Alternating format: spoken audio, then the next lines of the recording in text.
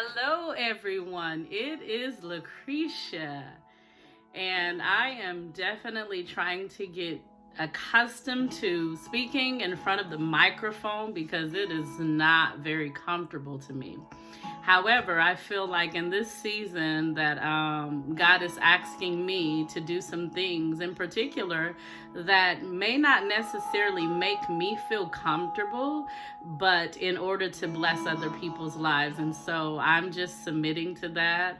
I'm well accustomed to reading and to writing my thoughts and conveying the sentiments of my heart on tablets. However, when it comes to actually speaking those out, it's much more of a private matter for me, and I kind of prefer not to do that. However, I am just going to be obedient at this point, and I'm going to read something that I scribed today.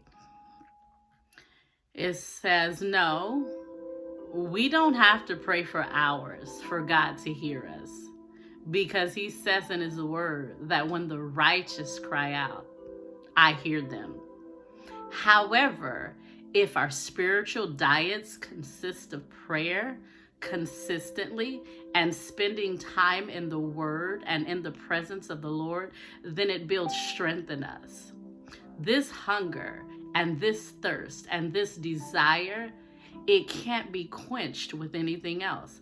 Nothing else satisfies like his presence. Many people actually mistake this for being religious or judgmental of others. No, it's actually a relationship that takes time and cultivation, just like a natural relationship does. If I spend time with you, then you reveal your heart to me. So does God. Some of the things that you reveal, I might not necessarily agree with, but if it's your heart, then it's what's in your heart. God is not in the business of tickling our ears. It's very interesting when someone else's discipline makes us feel like we're being judged, even when they're not attempting to do so.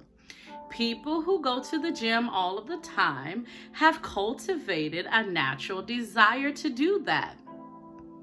And no one calls them religious, although they work out religiously. Why? Because it's in them. What's in us will come out. Our desires will locate us. Those desires that we consistently practice, they become ingrained in us. During a time of crisis, panic, and craziness, it's imperative that we care for our physical bodies, but not at the expense of forsaken spiritual disciplines. Maybe we can't pray or read for hours, but it's a great time to at least pray and get to know the sovereign God, especially when downtime is occurring across the nations. I hear people saying, I already know God. Well, I submit to you and I submit to myself that he's an infinite God. And as long as we live, there's always more to know about him. He desires to reveal even greater depths of his heart to us in this season. Yes, he's love. Yes, he is mercy.